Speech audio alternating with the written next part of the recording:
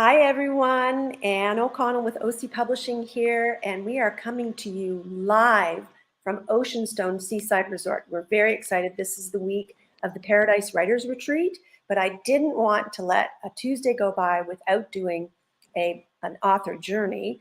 I was going to leave the blinds open behind me so you could see this gorgeous property, but with the light coming in behind me, of course, that made me look like a ghost, which is kind of fun because yesterday was Halloween. But today, we could not let today go by without our celebration, because today it is party time. And you know what that means? It means it's a launch day for one of our books. So today, we are very excited to launch Cindy Tingley's third book in her children's Bible story series, the Lily Adventure series. And today, we're celebrating Lily's Egypt Adventure. Now, Cindy Tingley is an author, a local author here in Nova Scotia, but she's originally from New Brunswick. And I'm just going to tell you a little bit about her before I bring her up to join us. She was born in a little village called Point de Butte near the Nova Scotia border, where she lived for 16 years. She moved around New Brunswick during her high school years, finally settling in Fredericton. After high school, Tingley met and settled down with her partner, and for many years they ran a farm, produced lumber, and raised their own beef while working on rural community development projects. She remembers being interested and excited about writing as early as 8 years old, but life was busy and writing only became a priority in more recent years. I was very lucky to find her at that point.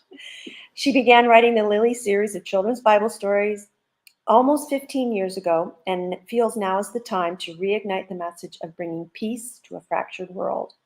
Lily's Secret launched in 2017, and I'll show you this beautiful, these are gorgeous. Lily's Secret was the first in the series, launched in 2017. And Lily's Desert Adventure, look how beautiful. Lily's Desert Adventure launched in 2019, and now we're very excited to launch Lily's Egypt Adventures today, 2022. How exciting. And I know there's another one in the works, but no spoilers right now. We're going to talk about Lily's Egypt Adventures today and bring Cindy, my good friend and OC Publishing author, to join me and share a little bit about her journey. Hi, Cindy. Yay. Hi, Anne. Woohoo, party time. Yay. I'm so excited. Yay, congratulations. Thank you. Happy launch day. Thank you. And I want to thank you for being an exceptional publisher, because without you, this wouldn't be happening. I am blessed to be part of your company. Oh, thank you. And it's truly my pleasure. I get such joy out of getting these amazing messages out, and especially this beautiful series of children's Bible stories. I'll just a little bit about, so this is the second one, Where's Egypt Adventure. These are stories told from the perspective of a little donkey named Lily, feisty little thing, who begins at the beginning of the series. She's got a little problem with her self-confidence, doesn't she? She sure does. She's got a lot of problems. But I think her self-confidence was, or the lack of her self-confidence was the biggest. Mm-hmm. And so the story begins. Talk a little bit about how the very first story begins, and then bring us up to current, the newest story. Okay, Lily is the smallest in her family, and everybody thought that she should stay home because that's what she could do, because she wasn't strong like her brothers, and she'd never been out of her field. But Lily always had talked with the angels, and that's what made her different. So Lily knew about this baby that was going to be born. So one day, lo and behold, Joseph comes to get her, to take her to Mary, to carry Mary to Bethlehem. And she has never been out of her field. She's never seen the world, but she's been chosen, so off she goes with Joseph. It's quite a shock to her that she's been chosen, hey? That's right. She can't understand why they didn't pick her two bigger brothers, because they were always on the road and they were always working. Why would this little, useless, tiny, scared donkey be chosen to carry Mary? But the best part about Lily was she knew the secret, and she knew that Jesus was coming. That's why she was chosen. Right. And so in the first story, Lily is carrying Mary, who is pregnant with the baby Jesus. She's carrying her to Bethlehem, right? And so Right. what happens in that journey? What kind of development does Lily go through to overcome some of that crazy self-confidence, lack of self-confidence and self-esteem? Well, Lily has discovered the long lost art of heart talk, which she didn't know about. And Joseph has taught her about that. And Lily, being Lily, decides that she should tell Joseph all about herself, that she's got a big mouth, she's got a terrible temper, and she's addicted to carrots. Let's face it, the donkey needs help. And Joseph was the one to give it to her and Mary. She Trusting learns her. Yeah. to constantly follow her heart Mhm. and to never give up. That's a That's very what, strong message. So these are, yes. and just so people who are watching, and I want to say hi, Lana has joined us, Lana Shoup, who's Hi, also Lana. an author and who is a huge supporter and a cheerleader. Thank you for joining us, Lana. It's so nice to see you. She's a happy book launch day, and she loves Lily. We all love Lily. She's a real, Thank you, Lana. real champion. So Yes. in the first book, you know, like you were saying, Lily heart talks, and she's absolutely baffled by, you know, being trusted with this you know, amazing treasure, and through her heart talk with Joseph, and then when Jesus is born, she kind of overcomes that. I mean, is that kind of a message that you want kids who are reading this? So these are first chapter books, which are, you know, sort of middle grade. So they're, you know, it's like 5 short chapters. So real easy read or reading to read with family. But what's the overall message that you want parents and kids to take away when they read the Lily's Adventure series?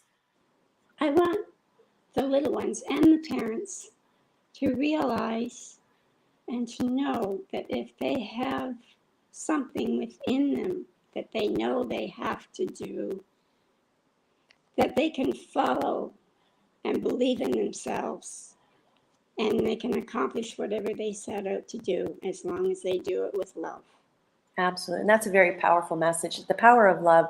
And then we'll talk more now about the latest in the series. So as the Holy Family is in Bethlehem, there's this horrible situation where King Herod decides that all the babies under 2, male babies, need to be done away with. They need to be executed. So in the dead of night, at the end of Lily's desert adventure, they escape and they head to Egypt. So what happens in this book? How does this entourage come together? Well, when they first land in Egypt, they are met with a very strange sight. They are met because a few of the animals have been having very strange dreams and knowings. So when Mary and Joseph and Lily walk into Egypt, they have Snooker, who's a house cat. They have Professor Rakim Rabbit, who has been studying the book of bunny prophecy for years. She teaches the children all about the star child who is coming. There is Yo-Yo the monkey, who came on a barge, and he's got a banana. And then there's Red Dog, and he's got his own story as well. But the thing that's holding them together, they know about Jesus and that he's coming. Mm-hmm. And they know that some of them don't like the life that they are living, and they want to go and follow Jesus. They want to find Jesus. So that's what they do. Excellent. And we have 2 other. So I love this story because you know, who can resist talking animals, right? Who can resist talking animals? And my favorite, like, of course, Lily is my favorite of all, right? But in this book, you also introduce two lions, Khufu and Khufu.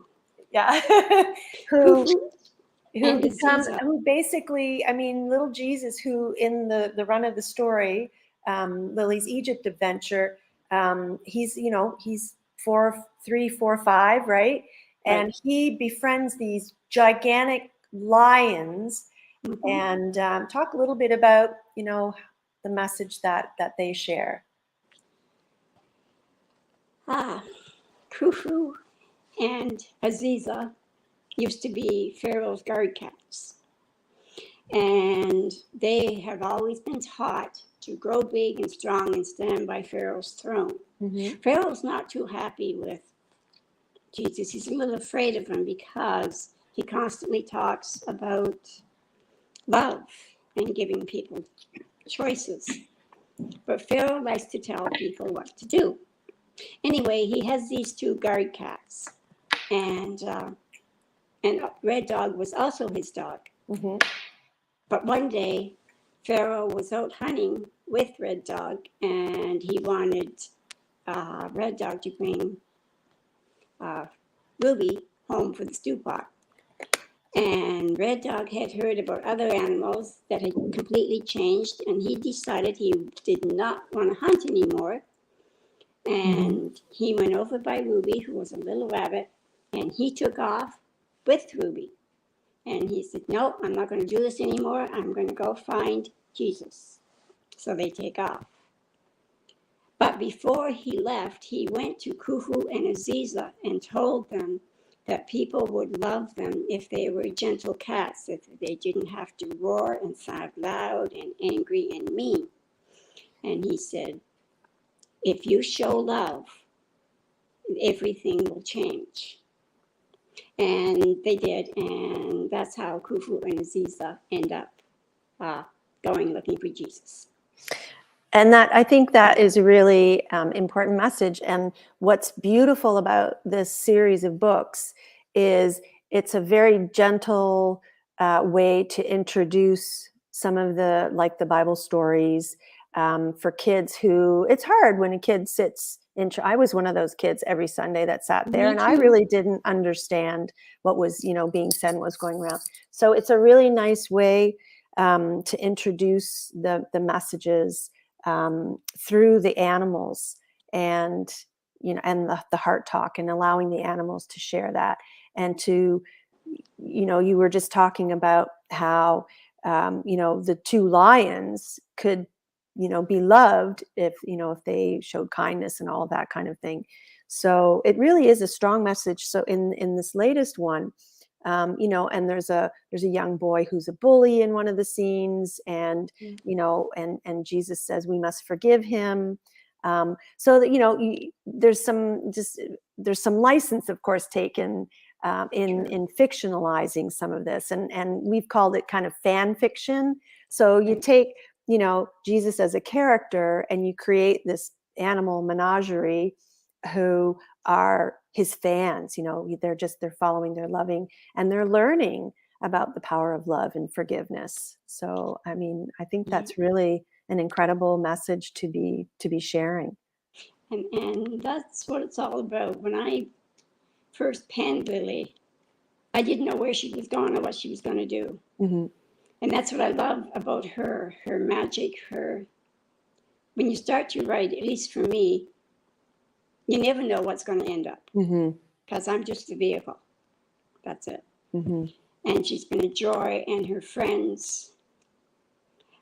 My 86-year-old sister, when she saw the copy of Lily's Egypt Adventure, said something to me that was so profound. And she said to me, "Your baby has matured." And I take the first book, and then I look at the third book, and I said, "Gwen, you've nailed it." Yes. You know? I absolutely agree. And you know what? It's interesting to look over the last few years as the series has evolved, and she's grown. the story's grown, you've grown as an author, and it's just really an exciting journey to be on. And Lana says, and I agree with her, these books would be great as a Sunday school or young people Bible study program. And I couldn't agree more, you know. I would love to see that happen. Yeah, Yes. that would be great. If anybody has any connections with a Yeah. Sunday school, you know, please reach out. I was going to put up, if you want to learn more about Cindy and her books, you can go to her author page on the OC Publishing website, ocpublishing.com/Cindy-Tingley.html or .ca. So either one will get you to that page, ocpublishing.ca/Cindy-Tingley.com. So talk a little bit about your writing journey, Cindy. Like, what is your writing process? Like, how do you bring these stories to be? Well, sometimes when I'm walking, I hear a conversation, which has nothing to do with, but I can put it into the story. Mm-hmm. I have journals. I write longhand, as you know. Mm-hmm. And I always have a journal with me and a pen. And the other strange thing is I believe in signs. Mm-hmm. And every time I think about, no, I'm not going to do any more writing, I always find a pen. Land a pen on the ground. So I pick it up. If it writes, okay, you're not done yet. Wow. Oh, that's incredible. And can Yeah. I tell you, when you told me not long ago that you were about halfway through number 4, I was like, oh, that's really exciting because, I thought that was, but there's still plenty of story to tell because, like I said, by the end of Lily's Egypt adventure, Jesus is only 4. It's So only 4. there's a And lot more to happen. And, right. I'm going to assume that, Lily will continue in book 4 and 5, I'm hoping. Oh, gee, you just got me thinking about another book. We're always doing that, right? Right. Exactly. And yeah, I'm so proud of you. And this has been such a fun journey to be on. And I mean, when you first saw like your very first book in hand, like what did you feel? Like way back when we republished Lily's Secret, because it had come out prior to that, right? Right. I couldn't believe it. I had Lily for so many years, and I just sort of tucked her in a drawer and said, okay, that's it. Mm-hmm. It's a nice story. Mm-hmm. But then when the first book came out, I couldn't stop holding it, looking at the cover, going through the illustrations that are in the book. Mm-hmm. I mean, I never ever expected her to be published. I'm trying to find an illustration from the first book to share, and then and it also to show just how much she has matured. So, and we have a new illustrator this year. Yes. We have a woman named Lara Chauvin. Hi, Lara, if she's watching, Hello. who is out of Montreal. So we're very excited. So the maturity, just as the illustrations have evolved, I really love what your sister said about your babies growing up, and these illustrations. They're absolutely so. They're sketches, but They're this one, amazing. I love this one. Look at little My Jesus favorite. in the midst of all those animals. And it's just, they're listening, they're heart talking, and they're just, spreading love and kindness. And we need a lot more of that in this world. So, Amen. talk a little bit about, I think when we first met and we started talking about like the messages in the Lily's Adventure series, and that you were thinking that it would be a series, and I was wholeheartedly behind you, um, and you made a comment that humans have lost their ability to heart talk, and that always stayed with me. And I mean, I think that as a parent or a teacher reading these books to children, I mean, what are your thoughts on how people can bring that heart talk back? Because we don't listen with our hearts enough, I That's don't think. true. I agree. Um, it seems that when we start as a little child. We have imaginary friends, or we imagine this and we imagine that. And I think we've lost a lot of our childhood innocence. And that has to come back. In my heart, that has to come back. Because when we do that, I think it sparks our creativity. We don't see anything as being impossible.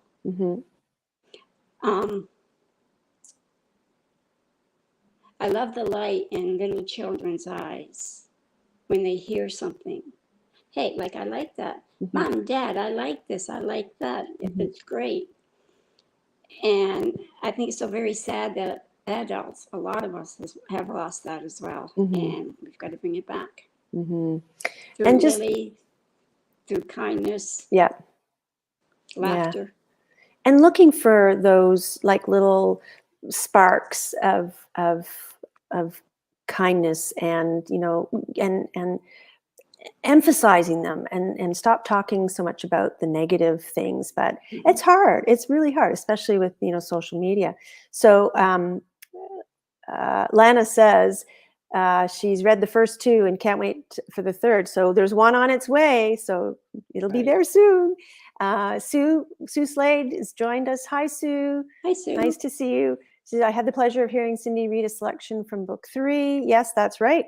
So just pre-launch, a little sneak peek. Cindy was at the Dart Speak event. It was a first event at Dart Gallery that we're hoping will be a regular monthly or regular event. So shout out to the Dart Gallery and Dart Speak folks. And thanks, Sue, for encouraging us to participate in that. Janice, hi Janice. Janice Landry has just joined us. We're excited to see you. And we're thrilled. And like I said earlier, we are partying with this girl, partying with this girl too. And congratulations again on your amazing book launch. Oh, there's Nicole. Hi, Nicole. Hi, Nicole. Nicole B. She's a prolific author here locally. She is. And she's here with me at the Paradise Writers Retreat. So I hope you're writing, Nicole. Get writing. So right now at the retreat, all the authors have gone into their respective corners, and they're hopefully writing away. And then we regroup and talk about progress that's being made on the books. And hopefully everybody's inspired. And I hope people are inspired by you, Cindy, as I know I am, and the messages that you have in your books. We're celebrating today Lily's Desert Adventure, which is the 3rd in the Lily's Adventure series. And I hope you get out there and pick up a copy. And again, congratulations, Cindy. So happy for you, so proud of you. And we also will be celebrating next week in person at Rockingham United Church, Tuesday evening. So have a look at the OC Publishing Facebook page with lots of information, and hopefully we'll be able to celebrate a little more in person. And everybody's invited. 7 p.m. on November 8th at Rockingham United. Yeah. And I want to thank you, Anne, for this opportunity. It's been amazing. It's been a great journey. It's a ride, isn't it? Woohoo! Oh yeah. Sure is. Well, thank you so much for joining me, Cindy, and we'll see you again real soon on the author journey. And I want to thank all of you for joining us today. And as I said, I'm live here from Oceanstone Seaside Resort, which has hosted the Paradise Writers Retreat. I think this is our 5th year here. They're an amazing group of folks, and everything is always just so turnkey, and we're treated like family. And I love coming here. And if anybody wants to know more about the authors that I work with, the workshops that we do, books like Cindy's book, feel free to go to ocpublishing.ca and come back every Tuesday at 4 o'clock for the author journey. And if anybody out there would like to participate or be interviewed on the author journey, please drop me a line, Anne at ocpublishing.ca. So for now, I'll say goodbye. Thank you so much for joining us, and have a wonderful day. Bye for now.